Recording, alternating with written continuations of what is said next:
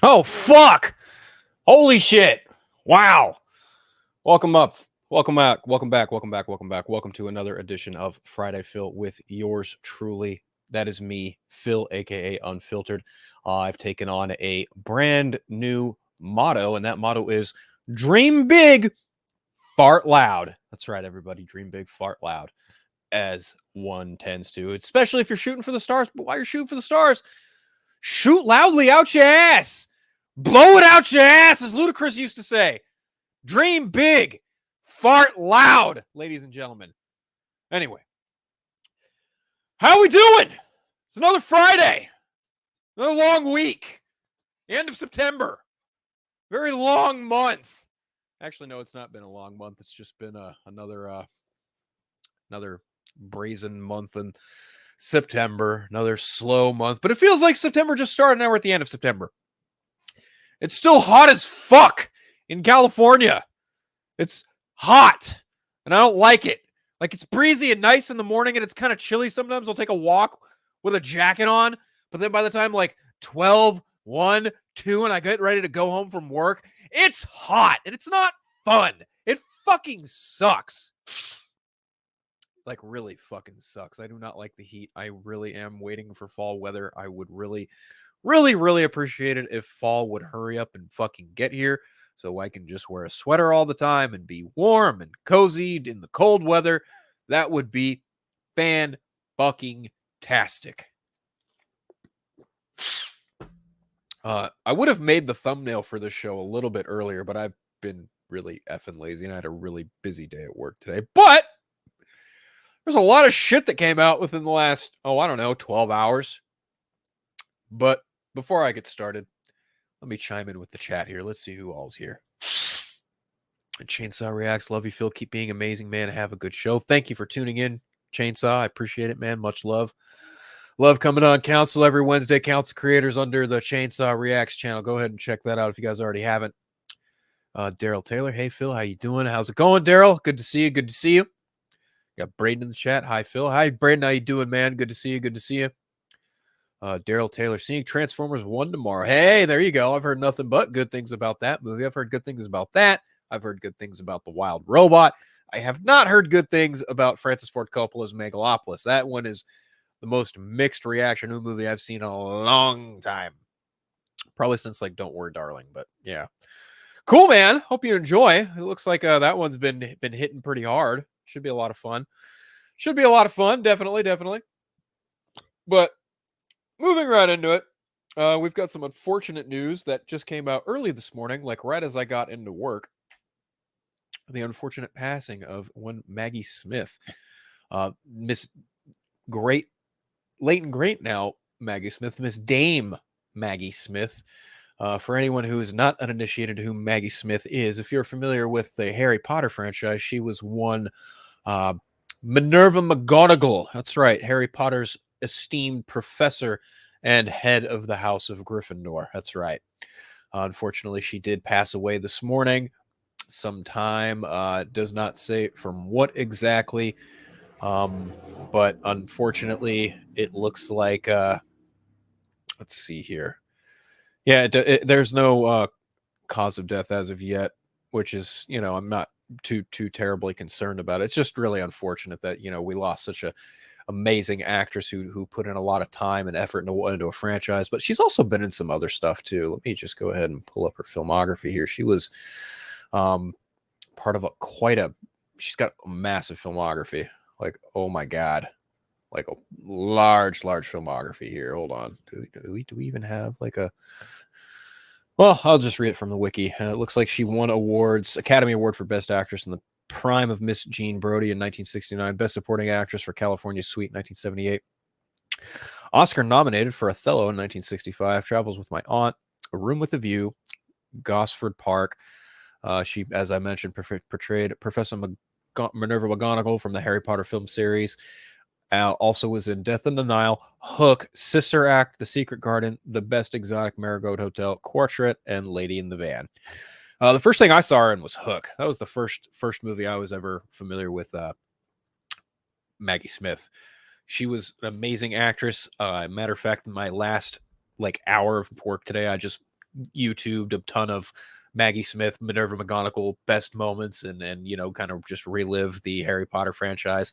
I thought she was an astounding Minerva McGonagall in that series, and yeah, she will be missed. My heart goes out to her friends and family. Obviously, I've seen a lot of tributes from. I saw definitely one from Daniel Radcliffe. He definitely gave some praise on Threads. I think I might have it pulled up here. Sorry, guys. I've got like some fucking shitty sinus infection I've been dealing with for a few weeks now. So if you hear me sniffling, yeah, that's probably why. Anyway, yeah, she was windy in Hook, but more importantly, you know, Maggie Smith portrayed Professor Minerva McGonagall. Words are fucking hard, peeps, I swear. But yeah, she will be remembered. Very much so. Like I said, also she's had some tributes thrown her way from a lot of people who worked closely with her. Matter of fact, there is a funny one here from well, it's not really a tribute, but it's more of a funny memory from Mr. One Ian McKellen. So let me go ahead and just get this shared. Share screen. Oh fuck. All right, let's see. Get this started over. Red carpet going into the ceremony. I met Maggie Smith. Hello, what are you here for? I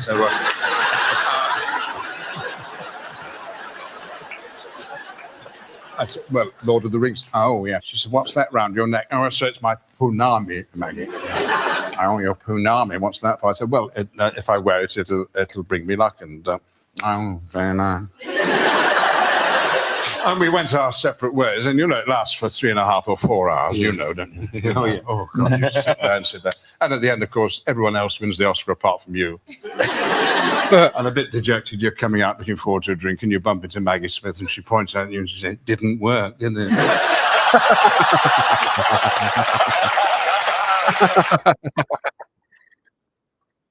Yes, Miss Maggie Smith was notorious for her very dry sense of humor. She displayed that very, very well in the Harry Potter franchise. As I mentioned, she will be greatly missed. Anyway, moving on to brighter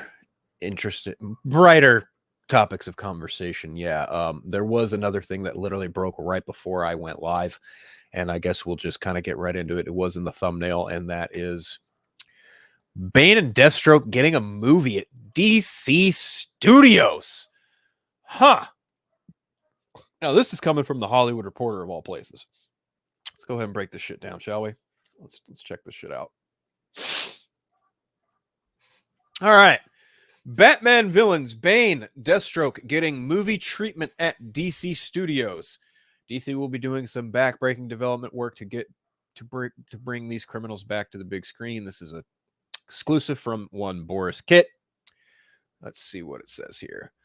With a big budget Joker movie just weeks away and a Penguin HBO series freshly unveiled, a few other DC villains are being targeted for the spotlight. Sources tell the Hollywood Reporter that Bane, the super steroid-injected antagonist who was previously seen in the 2012 Christopher Nolan movie The Dark Knight Rises, and Deathstroke, another popular arch nemesis in the comic book company's fold, are being lassoed together and for a movie. The James Gunn and Peter Safran-led DC Studios is developing a script with Matthew Orton, a scribe on the upcoming Captain America Brave New World movie.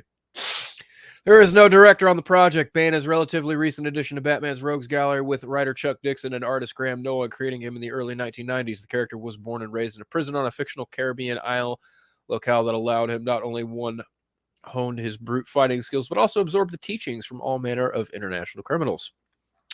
He was later subject of a horrifical steroidal test and experiment that left him incredibly strong, but also addicted to its serums. The character made his mark in an epic storyline titled Nightfall, in which he brutally broke Batman's back, a story that catapulted him to the upper ranking of Batman villains. The character has appeared in numerous video games and the TV series, and was notably portrayed by a muffled Tom Hardy in the final installment of Nolan's Batman trilogy, The Dark Knight Rises.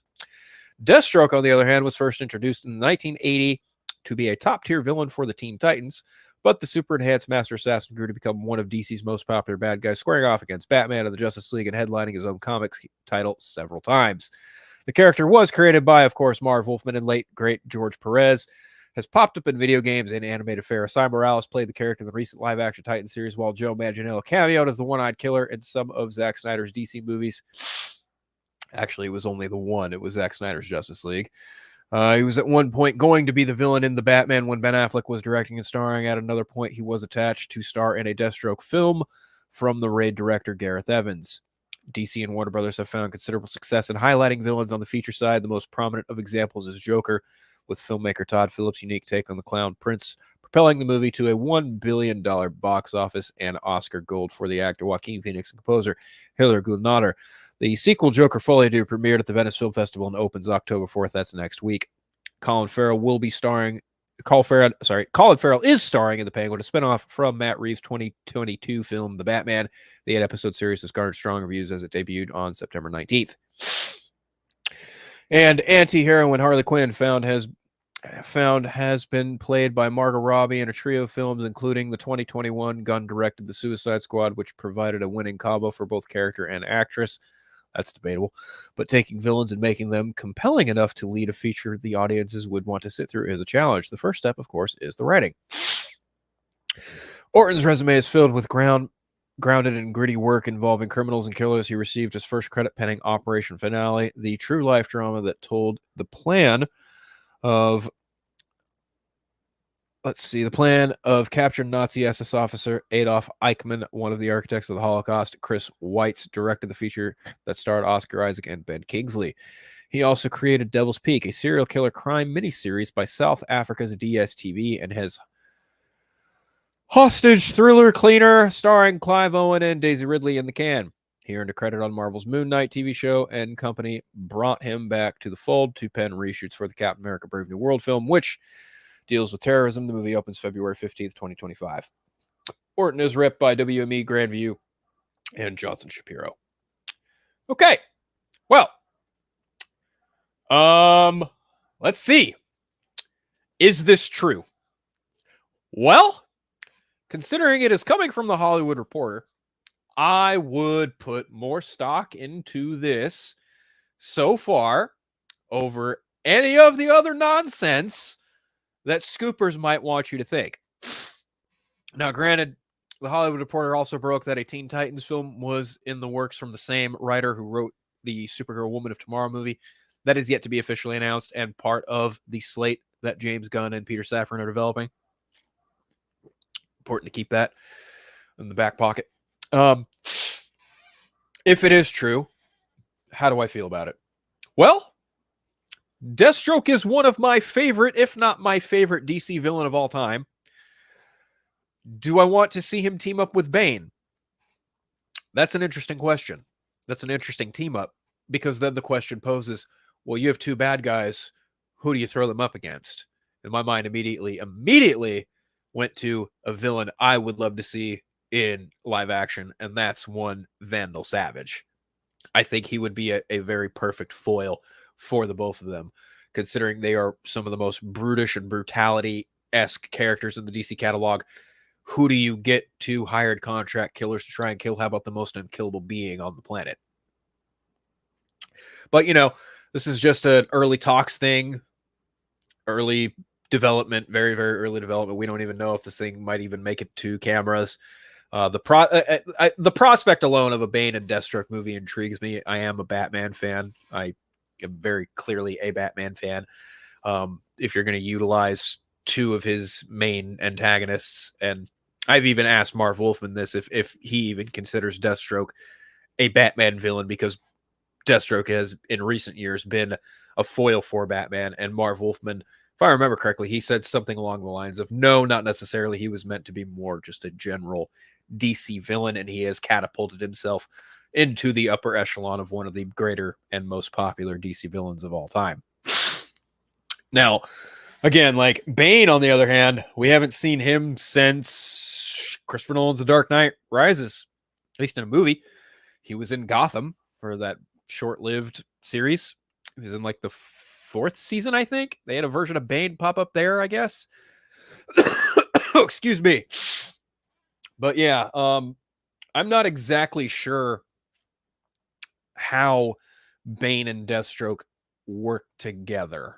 That is kind of the big question mark of it all, right? Like, how exactly do these two work together? I don't know.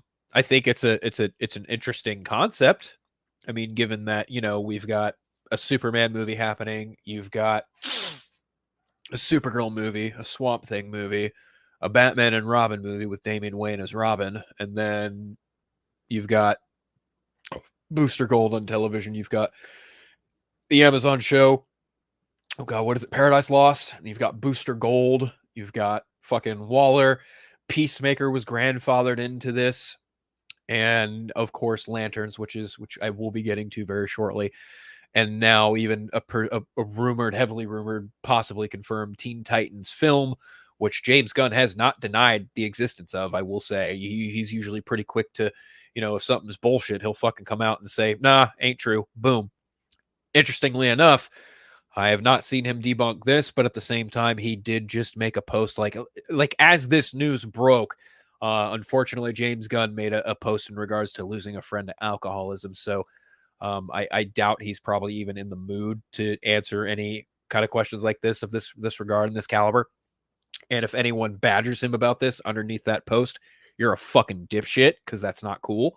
But yeah, Bane and Deathstroke getting a movie. Cool. Like if it's the case, cool. Will it happen probably after phase 1 of Gods and Monsters, or part 1 of Gods and Monsters? Most likely. Wouldn't doubt it. And again, like, there's only just the scripting stage at this point. They only have an attached writer. This thing would have to have a hell of a concept and a hell of a pitch for someone to sign on and direct, and then for casting to immediately begin. And I just don't see that happening anytime soon. So I don't know. I think it's an interesting team up, because these are some pretty powerful characters in DC Comics. Again, the question I pose is, well, who do you have them go up against? And my immediate answer would be Vandal Savage. But time will tell. We'll see the development on this project. If any, if there's smoke, there's fire. We'll see if that smoke grows. Until then, let's move on to some other possibly confirmed stuff. I will move to the absolutely for sure thing that is for sure confirmed. That is Supergirl Woman of Tomorrow cast Matthias Schoenaerts in the villain role. Oh, excuse me. Goodness gracious. What the fuck is wrong with my throat? All right, let's see. All right. Let's see. Belgian actor Matthias Schoenaerts has nabbed the plum villain role in Supergirl Woman of Tomorrow, which Craig Gillespie is directing for DC Studios. House of the Dragon star Millie Alcock is top lining the superhero film, featuring as Kara Zor-El, the cousin of Superman. The feature is inspired by the Tom King and Umbiliquous Evely comic, and will depart from the earnest take on the character audiences may know from the CW Supergirl series. The story hews closer to a grand science fiction adventure than standard superhero fare, as the comic told from a young alien girl who seeks Supergirl's help and exacting revenge for the killing of her family. The villain in the comic was Krem of the Yellow Hills, the man who kills the girl's father. Supergirl is drawn into the conflict when he injures everyone's favorite super pet, Crypto. Supergirl will be the second DC Studios project to go before cameras. James Gunn's Superman is the inaugural feature. It is eyeing a January start in the UK, and it has a June 26, 2026 release date. Schoenaerts recently starred opposite Kate Winslet and Max in HBO's prestige miniseries The Regime, and starred in Django, the Western series from Sky. He also appeared in the Marion Cotillard drama Rust and Bone, Jennifer Lawrence spy thriller Red Sparrow, Charlize Theron action thriller The Old Guard. He is rep by CAA. Now, the only reason I know that this is 110% fucking confirmed is because the actor himself outright shared this same article in his Instagram story, pretty much implying that, yes, he is in fact playing Krem of the Yellow Hills. Now, for anyone who has not read the Supergirl Woman of Tomorrow story and you have any vague interest in this film whatsoever, I highly recommend you go and find a copy of this book. Read it. It's very, very well done. It's a very beautiful book. It's a very well-drawn book. It's a very well-written book. And Krem of the Yellow Hills is a very interesting villain because on the base level, yes, he's just an average-ass alien humanoid being with a bow and arrow, but he's got some wicked tricks that make him a formidable opponent even to Supergirl. And I'll be very curious to see how much of this story they actually managed to pull off in live action. But it's cool. I think, based on like he looks like Krem, like the actor Matthias Schoenaerts. He looks like Krem from that book. So as far as casting goes, I think he's got the visual look down. As far as performance goes, I haven't seen him in anything, and I can't give like a detailed like I can't say whether or not he's going to own the role or not, because I read the book a long time ago, like Christmas of last year is when I read Supergirl Woman of Tomorrow, and it was on the DC Universe Infinite app. And I mean, I didn't really have anyone in mind while reading, Krem.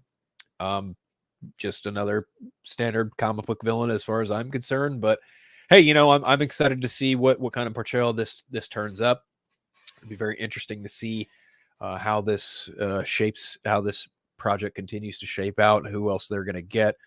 I'm even forgetting the other main character, that Ruthie. Yeah, I think Ruthie's the other main character that is in need of support from Supergirl. So I think her casting would probably be next if I had to guess. But yeah, we'll see.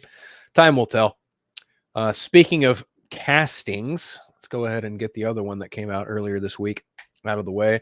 And that is Kyle Chandler is in talks for Hal Jordan Green Lantern. Now, the interesting thing about this is Deadline says that he is in talks. However, Hollywood Reporter is outright saying that the role is his for sure. So let's go ahead and check this out. Okay, Kyle Chandler to star in HBO's Lantern series. The Friday Night Lights Emmy winner is set to play Hal Jordan in the DC adaptation. HBO DC series has found its Hal Jordan. Emmy winner Kyle Chandler is set to play the legendary member of the Green Lantern Corps in the series, sources tell The Hollywood Reporter. The show will be the first series role for the Friday Night Lights since Showtime's 2022 drama Super Pumped. Lanterns, which scored a straight-to-series order in June after years of development, comes from Chris Mundy, Damon Lindelof, and Eisner Award-winning comics writer Tom King. The trio are co-writing and executive producing the series, with Mundy serving as showrunner. The show, which falls under the HBO banner, is casting and in the middle of hiring directors. The series is looking to shoot from next January to June in Atlanta. Lanterns is described as having a gritty True Detective vibe as it focuses on Jordan reluctantly mentoring a young John Stewart, who in DC publishing history was one of the company's first black superheroes. The story sees the two characters investigating an earthbound murder with larger implications. Sources say that DC and the producers are looking for a young, more fresh-faced actor for the role to play opposite an older and bigger name. DC initially was looking for a movie star to take on the Jordan role and has been in talks with Josh Brolin, who ultimately passed. While rumors abounded the actors such as Chris Pine or Ewan McGregor were next on the list, that turned out to be mostly wishful thinking. HBO has declined to comment. Chandler became a name thanks to his Emmy-winning turn as Coach Eric Taylor in the beloved Friday Night Lights television series that aired on NBC from 2006 to 2011. He returned to series work with Netflix thriller Bloodline, which earned him 2 Emmy nominations. In recent years, he's popped up in movies big and small, among them Godzilla King of the Monsters, Godzilla vs. Kong, as well as Damien Chazelle, Neil Armstrong biopic First Man. He is ripped by Gersh and Brillstein Entertainment Partners. Okay, so I like Kyle Chandler. I think he's a pretty solid fit for Hal Jordan, given his tenure as an actor. I think he's about right around the right age. He is a little on the older side. I don't really have a superbly large expected preference for how Hal Jordan is supposed to be portrayed, especially after the 2011 film with Ryan Reynolds. So making him the more older season 1, I'm cool with. According to Boris Kitt, he also did, as someone sent me this on like a screen grab of additional information that Boris said, not listed here, was that apparently Chandler's contract is only for this series. Doesn't surprise me at all. Now, a lot of people are taking that as, oh, well, he's clearly going to die at the end of the season or the series or whatever. And I'm like, what? How does a contract automatically assume that? That doesn't make any fucking sense to me whatsoever. And a lot of people are jumping on this train of, oh, it's got to be Parallax. They're doing the Parallax storyline. I'm like, what? Where are you getting your information from? DCU leaks on Reddit? Like, are you fucking serious? Come on. And I believe, if I'm not mistaken, James Gunn has also said he's not going to lock people into larger contracts. Because let me tell you, that's a fucking bad idea. That's a really bad idea, because then, number one, DC and Warner Brothers have no money. They are fucking dead broke at the moment. Like, I'm surprised DC Studios even has a budget to work with at the moment, because they are 40-something billion in debt. Now, I also mentioned earlier in the last episode, and even the one before that, they are not going to get a big name for Hal Jordan. I love Kyle Chandler, and he is a name. Again, he is not a big name. So let me just go ahead and take this moment to say, I fucking told you so. I was right. They did not get a big name for Hal Jordan. They got a name for Hal Jordan. And it's cool. It's fine. That's no knock to Kyle Chandler whatsoever. He's a great actor. But he's not like, Ewan McGregor, Timothy Olyphant. Even then, comparably, I would say Ewan McGregor is probably the bigger name of the two. But like Josh Brolin, Matthew McConaughey, those are big names. Kyle Chandler, not exactly the biggest name you can think of in comparison to those other guys, right? Right. So either way, like, if this is even true, because Mr. Jimmy Guns has not come out and confirmed this, which means I think the Hollywood Reporter might have jumped the gun on this a little bit. Because as far as I know, Kyle Chandler may or may not have a social media presence. If he doesn't, we will never know if he's going to confirm it or not. This series starts filming in January. We won't know jack until someone from production or otherwise confirms he's cast in this role. Again, I also do posit that considering this is the Hollywood Reporter, who is a hell of a lot more credible and reliable than, say, Mr. Chattanooga FBI or Miss Randolph from that YouTube channel she runs, or, the guy who runs a Patreon fucking grift, Mr. RPK. Like, at least Boris Kitt has a repertoire of, getting information mostly accurate. Him, Justin Kroll of, I believe he's either with Deadline or Variety. I don't recall which, but Justin Kroll more often than not has some pretty reliable sources. Let's see what we got here. Why do people think the Lanterns will do the Parallax story? Was the show described as a Hal Jordan and Jon Stewart show, or a Jon Stewart show? It was described as Hal Jordan and Jon Stewart. Exactly. Like, I don't understand why people are so quick to jump on this Parallax story. That's stupid. It doesn't make any fucking sense. And again, like I mentioned, you're not going to lock people into long ass contracts and back up their work portfolio. Like, that's just not fucking cool. James Gunn sat there and watched it happen with, the MCU, and watching all these people get locked into 3, 4, 5 film contracts, and they immediately have to do that project in favor of other shit that may not have wanted to do. Now, granted, contracts differ from each character and each different project. That's for sure. But I don't see how locking Kyle Chandler in for a 1-season thing automatically dismisses him appearing in any other future projects. That's stupid. That doesn't make any fucking sense to me whatsoever. And even then, we still don't know who's playing Jon Stewart. Speaking of Jon Stewart, though. Speaking of Jon Stewart. Aaron Pierre and Stephen James are in the mix to play Jon Stewart for Lanterns. This news came out earlier today as well. Let's go ahead and break this shit down. Also, again, from the Hollywood Reporter. Lanterns, Aaron Pierre, Stephen James in the mix to play Jon Stewart in DC Studios' HBO series. DC Studios and HBO's much ballyhooed, that's a word, series Lanterns is hitting its final casting stages. Aaron Pierre, star of the Netflix thriller Rebel Ridge, and the piano lesson actor Stephen James are in the mix to play fan favorite hero Jon Stewart. Multiple sources tell the Hollywood Reporter it is unclear if the pair are testing or reading, and sources say a decision could be made by the end of the weekend. Damson Idris, star of FX's Snowfall, was on the shortlist but is no longer in contention due to a scheduling conflict, according to sources. HBO and DC had no comment. Not surprised. Lanterns, straight to series order at HBO, comes from high pedigree creators, as I mentioned earlier, Chris Mundy, Damon Lindelof, and of course, comic book writer Tom King. Kyle Chandler landed the role of classic Hal Jordan after DC looked for a movie star to anchor the series. Brolin was offered the part, ultimately passed. Still, Chandler is a TV heavyweight. cetera, et cetera. Lanterns, yeah, it's pretty much just stuff I've already gone over already with the previous article. Now, when it comes to this, which one would I prefer to see? Well, I'm just going to say it. If this is true, if these two are in contention for the role, I'm putting my vote in for Aaron Pierre. I watched Rebel Ridge a week ago, and literally his role in Rebel Ridge, he is a fucking ex-Marine. What is Jon Stewart? A fucking Marine. He's even got green eyes. Look at this. Look at this. This dude has green eyes, for crying out loud. Look at this shit. Look at this guy. Look at this guy. He's got green eyes. He's got green eyes. Tell me that doesn't look like Jon fucking Stewart. He looks like Jon Stewart. And his role in Rebel Ridge pretty much guaranteed, like, it is a perfect fit for him.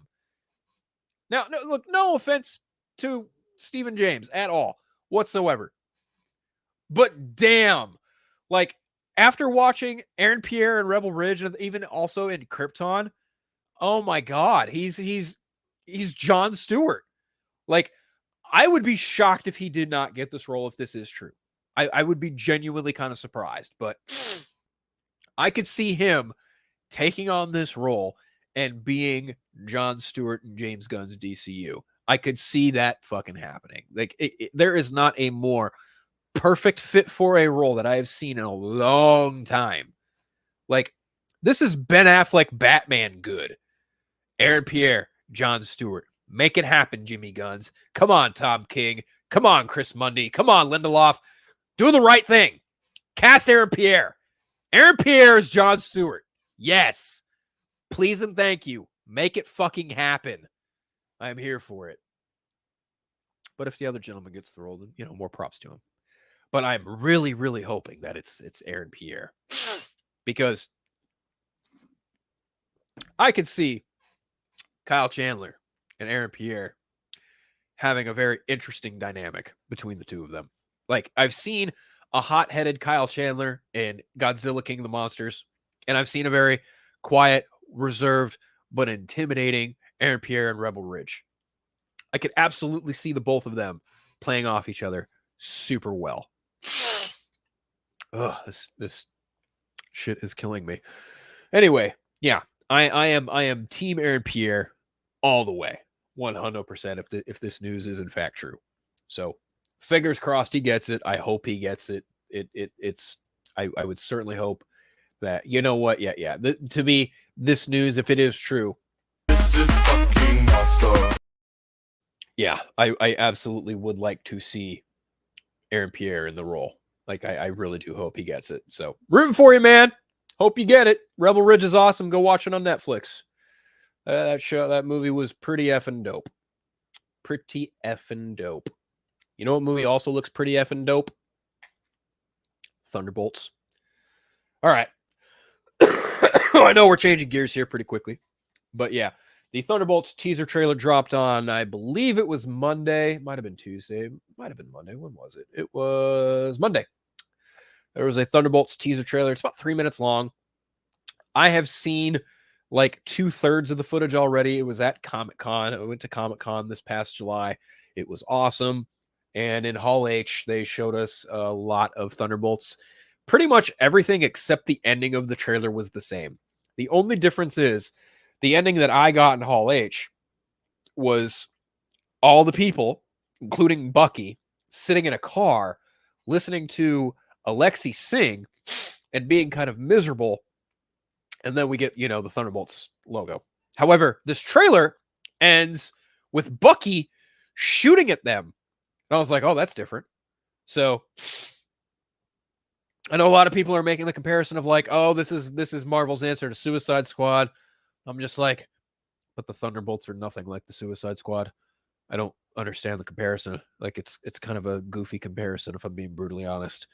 Like, the Thunderbolts were created as a means of protection for the world after the Avengers disbanded and disappeared. They were essentially the Dark Avengers, more or less.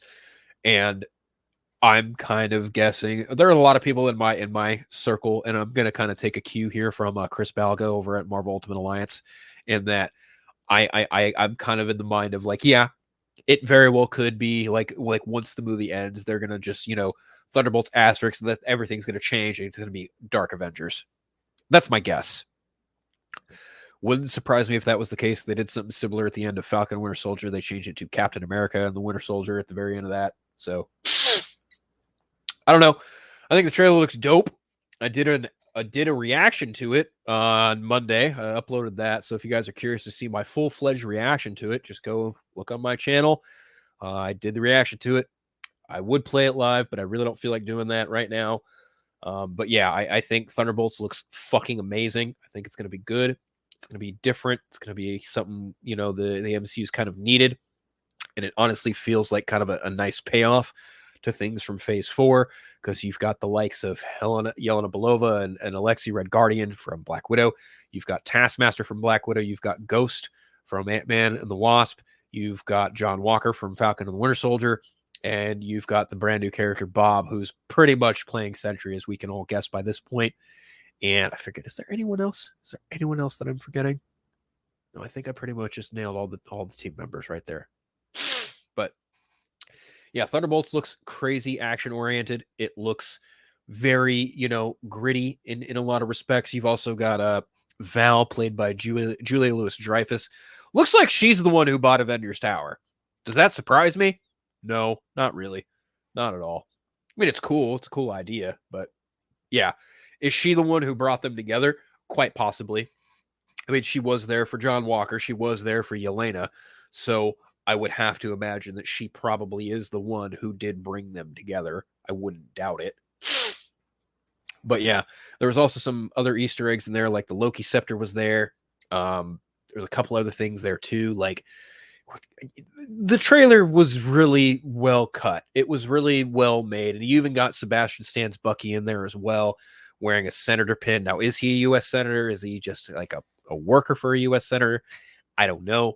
But it looks like this plot will be very like espionage, government oriented, very, thriller in a lot of ways, because a lot of these characters kind of operate on that scale more or less. So I'm looking forward to it. It should be interesting. I quite enjoy the Marvel Cinematic Universe for what it is. So, I'm here for Thunderbolts. As a matter of fact, I'm pretty much here for all three of those projects next year. So Captain America, Brave New World, Thunderbolts, and of course Fantastic Four First Steps, which is for sure hopefully hitting its July 25th, 2025 release date. Because if that movie moves, I will be so fucking disappointed. Speaking of Marvel, let's continue the trend here. Agatha All Along. Episode 3 dropped on Wednesday. Got their first trial in the Witch's Road. It was a fun episode. I enjoyed it. I've been enjoying the show so far.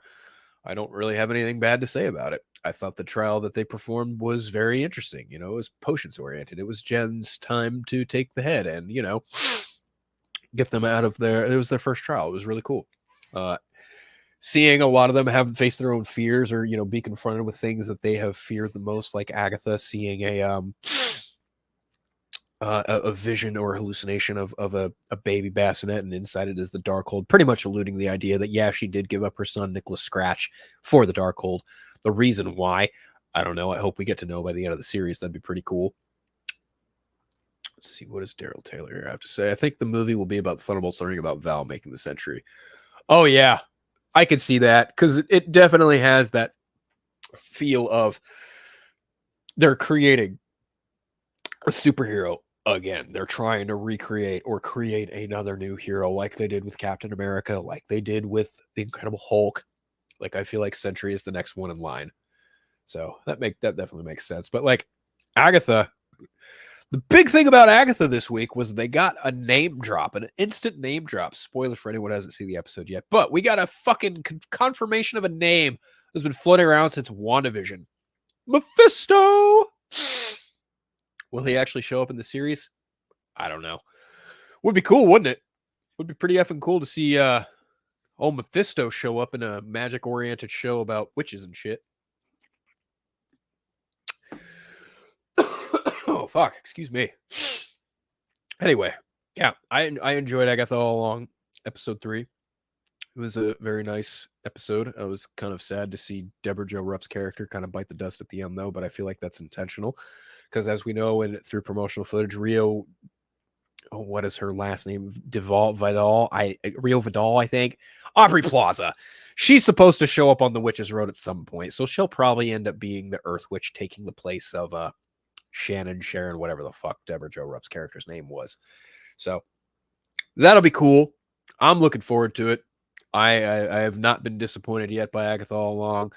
I think all the characters are doing a fine job.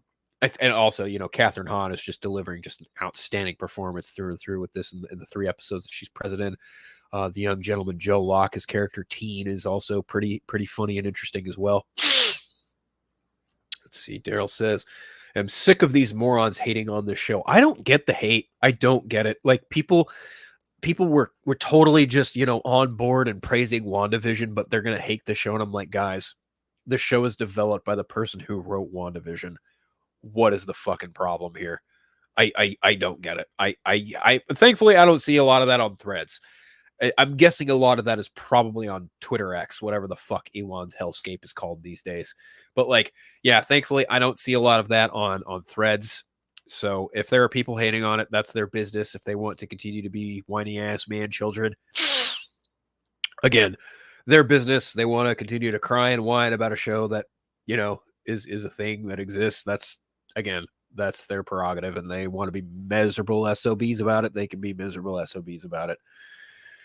Anyway, oh, fuck. God damn. Continuing in the Marvel catalog. Deadpool Wolverine sets Oscar campaign, including Hugh Jackman for supporting actor. I've got the article here from Variety pulled up. Let's see.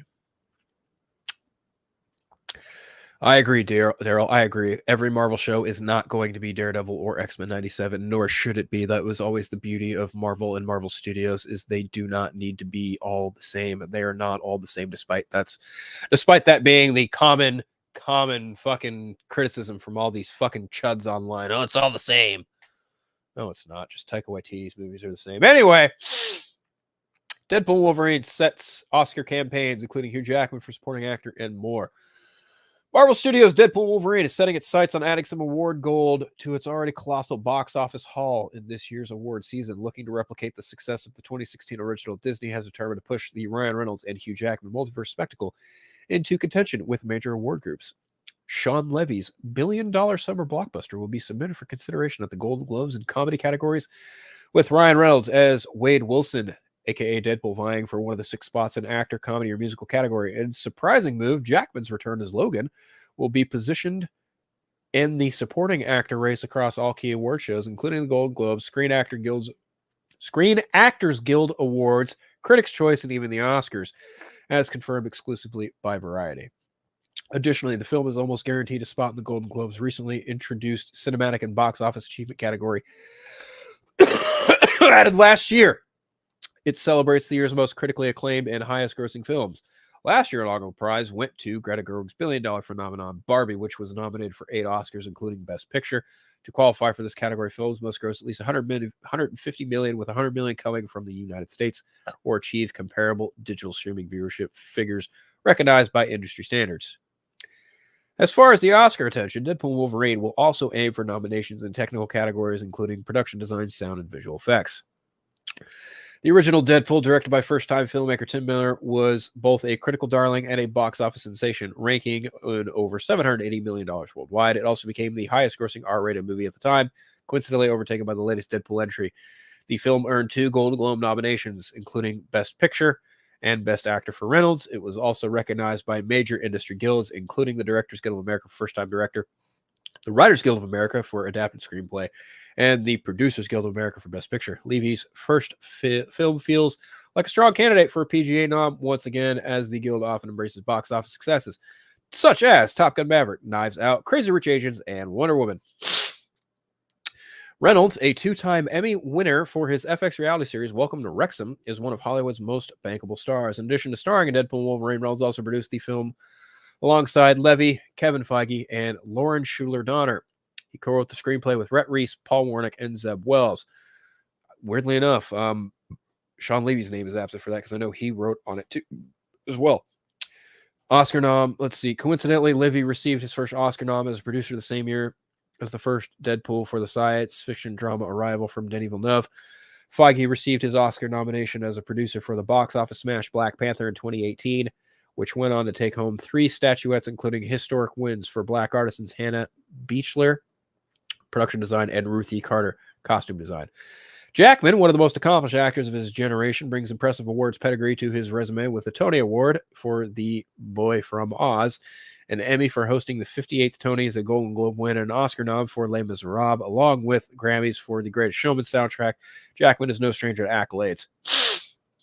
While superhero films typically don't dominate the Oscars, the Globes and SAG voters have not been shy about embracing great performances, with past nominees like Golden nominee Tom Cruise in Tropic Thunder and SAG nominee Javier Bardem in Skyfall. Deadpool and Wolverine also boast an ensemble cast that includes Emma Corrin, Miranda Baccarin, Rob Delaney, Leslie Uggams, Aaron Stanford, and Matthew McFadden.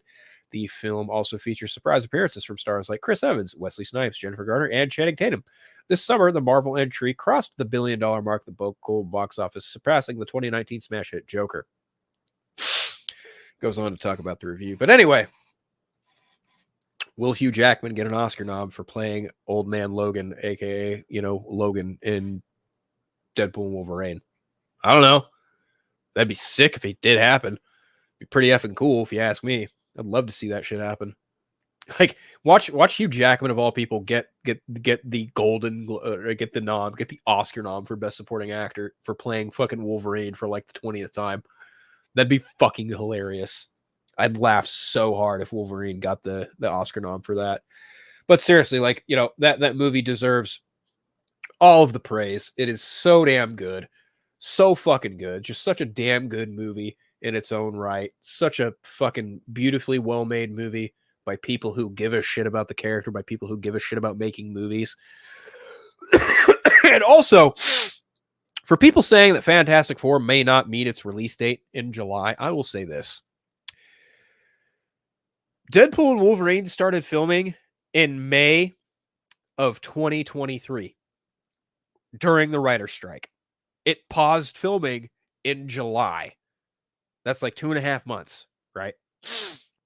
It picked filming back up the weekend after Thanksgiving in November of 2023. It wrapped filming in like January. That's, if you add it all up, May, June, middle of July, that's 2.5 months. End of November, all of December, end of January, another 2 months. That film took like 5.5 months total to film. And it still made its July 2024 release date. The same fucking year. Granted, you can make the debate that the film was already partially edited due to the strikes shutting everything down. Sure. That said, though, Sean Levy was like, oh, I wish we shot all the big action-y, heavy CGI stuff first. They did not. They had to shoot that after the fact. So, for all the people saying, oh man, Fantastic Four, there's no way it's going to make its release date, they started filming that movie the day after Comic-Con. Like, literally, the day after Comic-Con ended. Like, July 29th. It's now September. They could wrap filming by January and still make their fucking date. I don't doubt that one bit.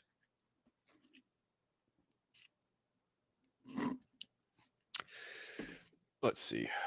What does Braden have to say? I don't need every Marvel show to be Daredevil or X-Men 97, just like how I don't need every DC show to be Batman the Animated Series or Superman and Lois. That's fair. I don't want that either. I definitely do not want that. And look, I say this as someone who's not hot on Peacemaker. But Peacemaker has its audience. Peacemaker found love from general audiences. That's cool. It just ain't my fucking bag. But to your point, to both yours and Daryl's point, like, I don't want this shit to be the same every single fucking time. Like, it does not need that. I mean, we saw what happened with Justice League when they tried to make that movie like the Avengers. It failed miserably, horribly, just horrifically fell on its fucking face and lost so much interest in the DC Extended Universe going forward. So much so that Warner Brothers continue to shoot themselves in the fucking foot by trying to make damn near every project after that the same after Aquaman. And we don't need the same of everything every fucking time. Granted, Marvel Studios, more often than not, utilizes a blueprint that was set by Iron Man for their origin movies for the most part, but even still, you tweak some things, you replace some things here and there. The movie turns out fine because it works for the character. It still follows that general fucking outline, blueprint, whatever, stated and started by Iron Man, which more or less kind of takes its cues from Superman the movie from 1978. But again, I don't need everything to be the same. I really don't. And I'm fine with variety. I wish more variety happens. But the thing that a lot of people tend to fail with when it comes to making this stuff is telling a good story. That's where a lot of this shit tends to fall on its ass and fail. I mean, for Christ's sake, Shazam! Fury of the Gods. That movie was it was such a copy-paste superhero sequel. Like, what was the point? You didn't do anything new with the character. Zachary Levi was like the worst thing in that movie, and he's the title role. Like, what the fuck? Like, it's almost like he was in a different movie than everyone else was. And then to cap it off, you have brand new villains made specifically for the movie. Do you have any idea how well that works for a comic book film? Not well, more often than not. It wasn't even like, oh, we're going to take concepts of characters from the comics. No.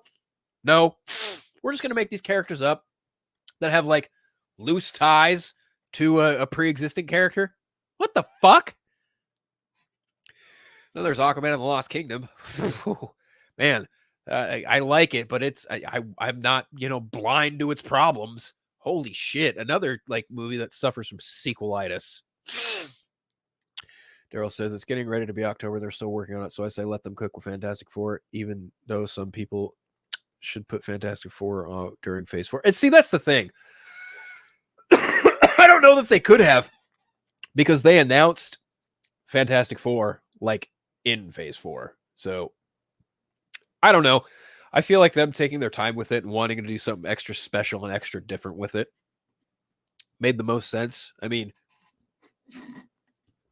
if it means I get Robert Downey Jr. as Victor Von Doom in this movie, cool.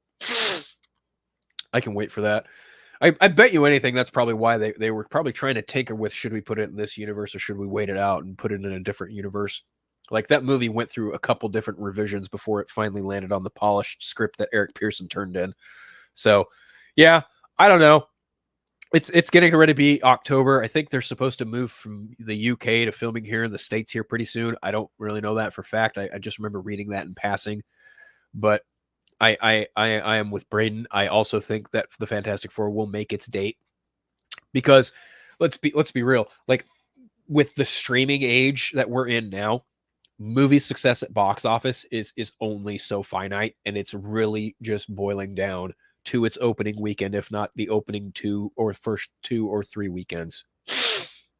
So if you have Jurassic World Rebirth in the 4th of July weekend slot, that's cool. It's going to be fine. It's going to get all the numbers. And then like a week later, you've got Superman, right? And then 2 weeks after that, you've got Fantastic Four.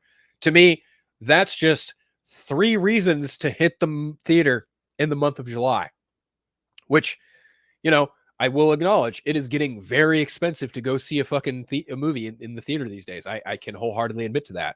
I have to be picky and choosy about what I go see and when I see it. Like, this next weekend, I'm finally going to see Beetlejuice. I probably will try and see Joker, but it's going to not be a double bill. One's going to be a date. The other one's going to be probably a solo film show. So I don't know. It's definitely going to be like, I just have to be picky and choosy, because the theater going trips are getting expensive. And I did see that theaters are trying to do some extracurricular stuff to boost theater going experiences, like adding bowling alleys and shit. I'm just like, no, don't fucking do that.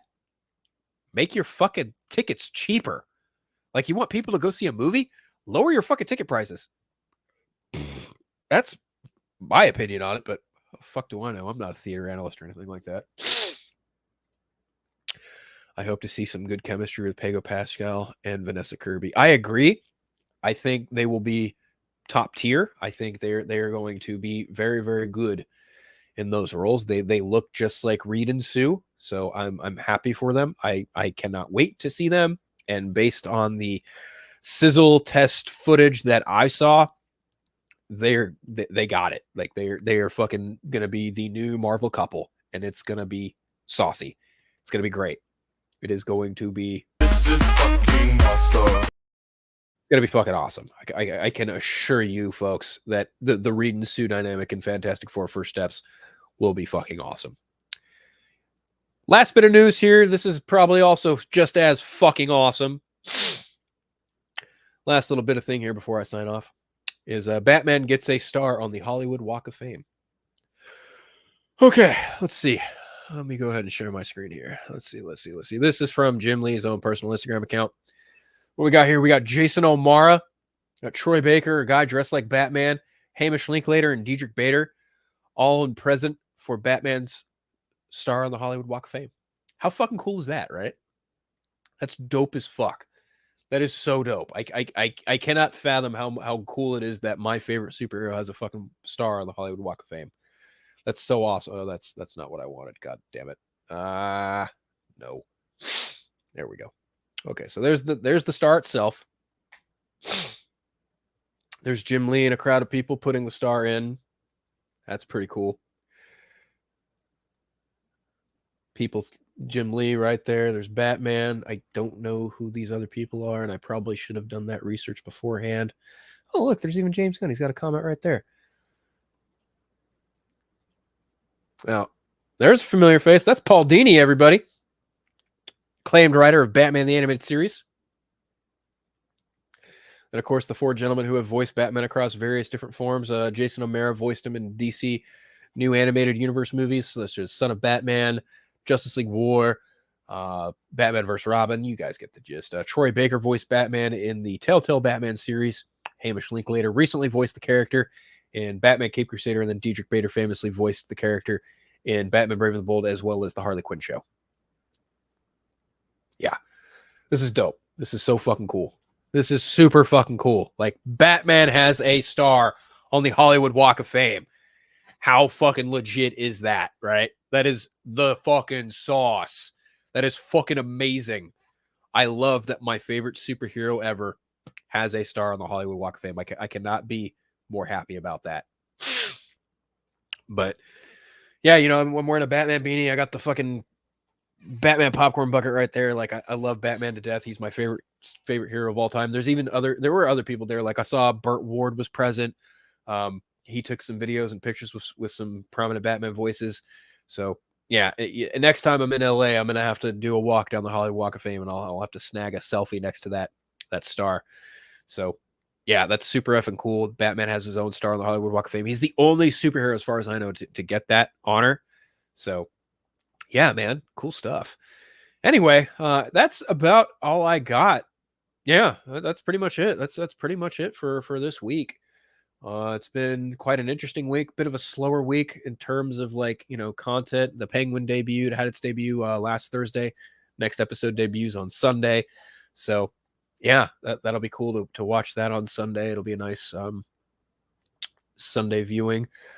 And you know, just waiting for the Batman Part 2. I know there's a lot of news surrounding that over the last couple weeks, but